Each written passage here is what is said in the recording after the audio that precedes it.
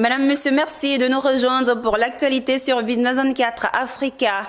Ouvrons cette édition en nous rendant au Sofitel Hôtel Ivoire d'Abidjan où se tient la 10e édition des forums des marchés d'assurance de la FANAF, ouvert par le directeur général du Trésor public ivoirien en présence des sommités de l'industrie assurantielle africaine.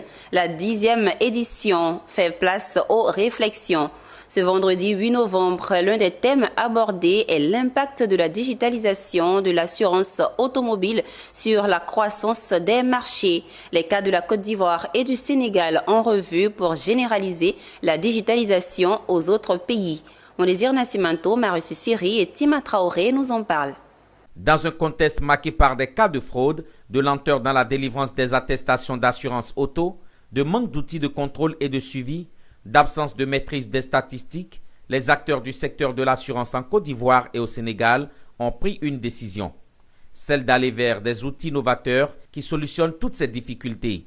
Ces acteurs, notamment les assureurs, les réassureurs, les assureurs conseils, les forces de l'ordre, les directions d'assurance et les souscripteurs ont convergé vers la digitalisation de l'attestation de l'assurance automobile. Au cours de la 10e édition du Forum des marchés d'assurance, la Côte d'Ivoire, à travers la GIE Azassi Technologies et l'AS du Sénégal, ont partagé cette expérience tapis de défis. Des défis de communication, de convergence de points de vue des acteurs, défis techniques et sécuritaires et la protection des données à caractère personnel. Comme tout projet technologique, c'est un projet complet, un projet structurant qui devait embarquer l'ensemble des compagnies d'assurance avec tous leurs réseaux, c'est-à-dire les agents généraux, les courtiers. Il y a aussi les forces de l'ordre qui sont embarquées. Il y a également la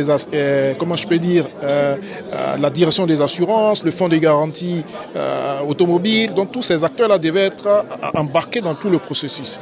Et donc techniquement, il fallait prendre en compte les problématiques de chaque entité dans, la conception de la solution. Nous nous sommes entendus déjà au niveau du marché à mettre en place ce projet-là et nous sommes allés vers la tutelle, la direction des assurances. Nous sommes allés également vers le ministère pour exposer ce problème-là. Ensuite, toutes les autres structures étatiques comme la police, la gendarmerie, le ministère des Transports, on leur a présenté le projet et ils l'ont accepté, ils se sont même l'approprié. L'impact de ces réformes de haute dimension dans le secteur assurance a été ressenti dans plusieurs domaines, créant des plus-values pour ces deux pays. Et lorsque vous regardez le nombre de véhicules assurés dans le passé, avant la digitalisation, 525 000, aujourd'hui on est passé à 1,5 million, plus d'1,5 million à l'heure où je vous parle, vous voyez que la non-assurance était beaucoup développée. Donc avec la digitalisation, on a permis de capter de nouveaux véhicules qui n'étaient pas assurés et les contrôles sont beaucoup plus corsés. Aujourd'hui avec les projets de vidéo-verbalisation, il y a possibilité donc de scanner ou de checker une plaque d'immatriculation d'un véhicule qui passe et puis après lui envoyer une contravention par SMS. Donc tout le monde joue le jeu et je vous assure que c'est un vrai projet et ça a permis d'accroître le chiffre d'affaires des compagnies d'assurance. Moi j'ai vu des compagnies qui ont fait plus de 160% de croissance, 250%. Et aujourd'hui, quand on compare les chiffres, je vais vous donner un chiffre, rien que sur les attestations digitales, nous sommes aujourd'hui en l'espace de 3 mois à 13 milliards 900. Alors que le chiffre d'affaires de la RC Automobile en 2022 était de 22 millions. En 2023, il est passé à 23 millions parce qu'il y a eu la centralisation, donc on ne peut plus magouiller ou frauder sur les attestations.